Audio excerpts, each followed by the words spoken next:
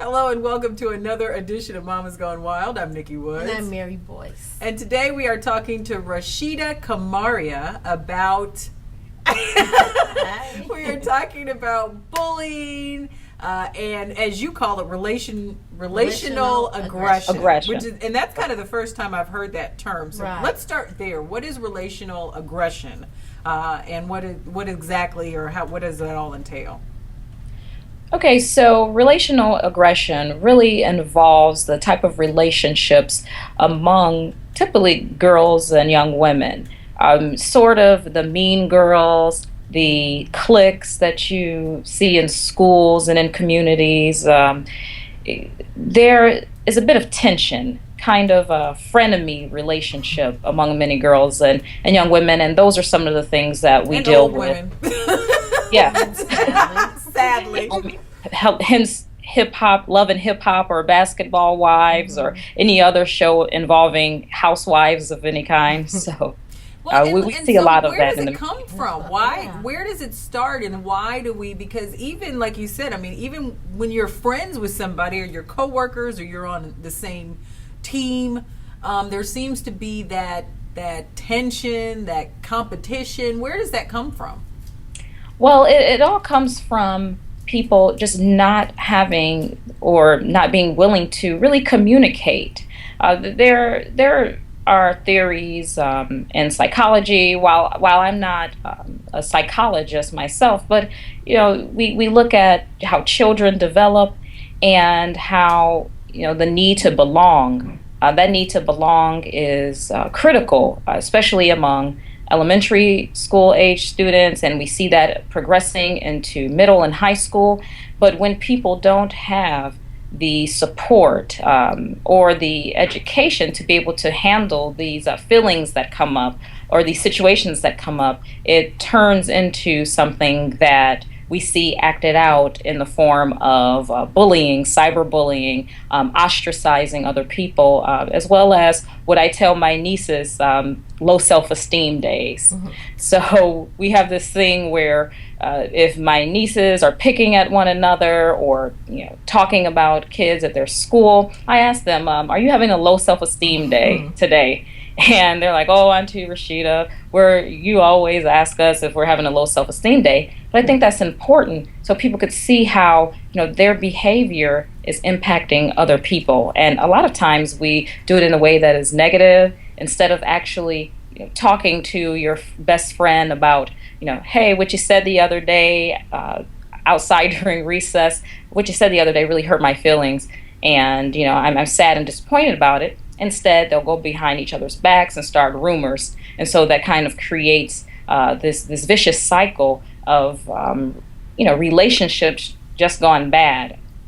How early do you see this? And we'll just talk about girls. Not that it doesn't happen with boys, but we'll start with girls. What age groups do you see it? Do you see it in preschool, or how soon? It can start as early as kindergarten, believe it or not. Just the need to belong to certain groups, kids playing with one another, their toys, they belong to me. I don't want you to play with my toys, I don't want you to have more than me. Those are some of the early starts to it, but it progresses on to middle school, late elementary and middle school, where you see that a lot of girls are trying to figure out which group they want to belong to, the popular girls, or do they want to be seen as smart and with the nerd or geek squad, kind of the category that I fell into in middle school, or if they want to be the loners, they want to do their own thing. So they start developing these ideas of I have to belong to some group, and girls tend to, more than boys, ostracize one another based on how they look or the types of activities they're involved in. You see it a lot with the cheerleaders and the pom-pom squad. There's a certain group of girls who want to be popular. They feel the need to belong to this certain group, and if you stray away from what they see as acceptable behavior, then comes the behaviors that lead to the bullying and cyberbullying. I like that you mentioned that, the whole thing about low self-esteem days, because I think that we don't emphasize enough that a lot of times the issue really starts with the person who is being the bully, or the person who is starting the room, or the person who is ostracizing the other person. And we don't make them take enough ownership of their actions. Instead, we let them place some blame. Well, if they were smarter, if they were prettier, if they were cooler, whatever the situation Exactly. may be, that instead of us all looking at ourselves and figuring out why we feel the need to either compete or talk about somebody or ostracize somebody, we put the blame on the other person. Right. And I find that in our workshops, it's so common, no matter what age, no matter what ethnic background, nationality, or religion, there's this common thing among everyone. We want to be accepted. We want people to like us. Yet some people really don't know how to deal with the fact when things kind of don't go their way, or we find that people don't like our hairstyle, or maybe people don't like the color of our skin, or anything about us, maybe our outfit that day someone had a problem with. So instead of sometimes saying, well, that's their opinion, maybe they're having a bad day, sometimes we'll find it easier to take it out on someone. When we're doing the workshops, I tell the girls, maybe that's the day you feel like you want to kick the cat because you're having a bad day, or maybe you want to pick on your little brother because you're having a bad hair day. But what are some other ways that you can express yourself and express how maybe you're hurting? If you could talk to people, talk to your parents, or maybe your friends, and it's okay to express your emotions, even if they're not always positive. We aren't going to have awesome days all the time. There's been times where I've had a bad hair right. There's been times where I had a bad hair day, and I'm like, oh no, it's the end of the world. But you do get over it. But I think it's interesting because I think it's really hard for especially girls and women to kind of compartmentalize things, because I think men do a much better job of saying, okay, I'm at work and I can deal with people a certain way, and then when I go home I deal with them a different way. And I know that I had to really start making a conscious effort once I left work to go home before my boys get home from school, to say, okay, it's time to take off this hat and it's time to put on the mommy hat, because there were a lot of times when I would have a bad day at work and I'd go home and they would feel the effects of that because I'd be in such a bad mood, and that I really did have to make that. Why is it that women, that we can't do that as effectively as men?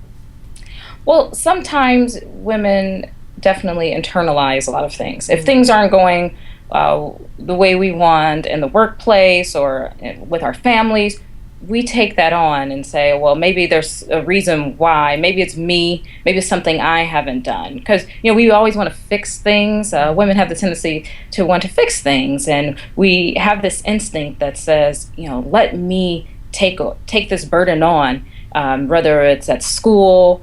Even young girls do it. They want to fix things. They want to help. And a lot of times we overburden ourselves, and then that starts to the consequences are that we sometimes react in a way that is harmful to ourselves and our health, as well as to those around us, especially if we're not talking about these issues with other people, or we're not getting the mental health care that we need to, seeing a therapist, or even meditating and taking care of ourselves. So that often happens. We don't have a moment to reflect on how our day has gone. We're busy, and we tend to not look at how we can better ourselves and relax and have some me time. So tell us about your organization. You work with young girls. What age group, and what's the name of it? Sure. So I launched Empowered Flower Girl back in 2010. Yeah, it's funny. I've been a mentor for the past 11 years. I've mentored girls ages 5 through 17 years old. And I currently have a mentee. She's 12 years old. And I have nieces that are in their teens. The oldest one is 21. So over the years, I kind of have seen the issues that they struggle with some of the same issues that I even struggled with. But I wanted to take an opportunity to be able to use my experience and the knowledge that I gained over the years to help them along. I know the impact that mentors and role models had in my life and the decisions that I've made to make me who I am today. I realized that that's very helpful to girls and young women.